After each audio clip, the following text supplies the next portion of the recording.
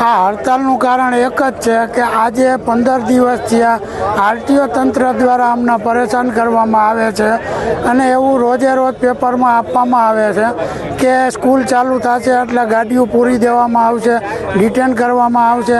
આજે બાળકો જીવતા બોમ્બ ઉપર બેસે છે એવી બધી રજૂઆતને એવા પેપરમાં ફોટા આપવામાં આવે છે।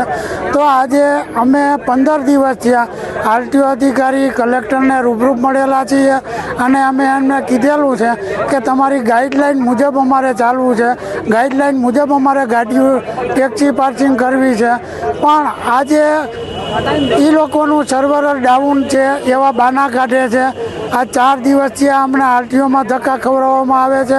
અમારા ભાઈઓના કાગળિયા એજન્ટો પાસે પડેલા છે પણ એના સર્વરના હિસાબે પેપર તૈયાર થતા નથી। તો આજે અમારી એટલી જ માંગણી ગવર્મેન્ટને છે આપના માધ્યમ દ્વારા કે આજે અમને મુદત આપવામાં આવે, કેમ કે જેમ સ્કૂલને ગવર્મેન્ટે જે સ્કૂલોને સીલ માર્યા હતા એને 3 મહિનાની મુદત આપી સ્કૂલ ખોલાવવા આપી, એવી જ રીતે અમને પણ દિવાળી સુધીની મુદત આપવામાં આવે। અમારી એક ગાડી એના નિયમ મુજબ પાર્કિંગ થઈ જશે। બીજા નંબરની અંદર કે જે એ લોકો કહે છે કે 20ની સ્પીડ ગવર્નર નાખવો, તો એ 20ની સ્પીડ કોઈ શક્ય નથી ગાડી ચલાવી, એમાં તો ગાડીની અકસ્માતની સંભાવના છે। તો એમાં કાંઈ અકસ્માત થશે તો કોની જવાબદારી? તો આ 20નું સ્પીડ ગવર્નર કાઢી નાખવું।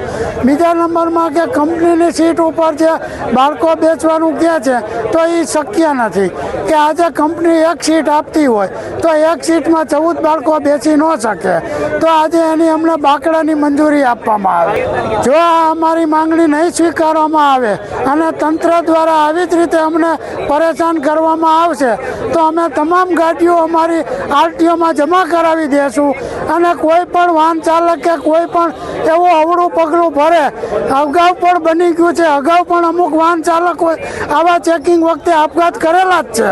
જો આના પછી આમાં પણ કાંઈ થશે તો એની જવાબદારી સરકારની રહેશે।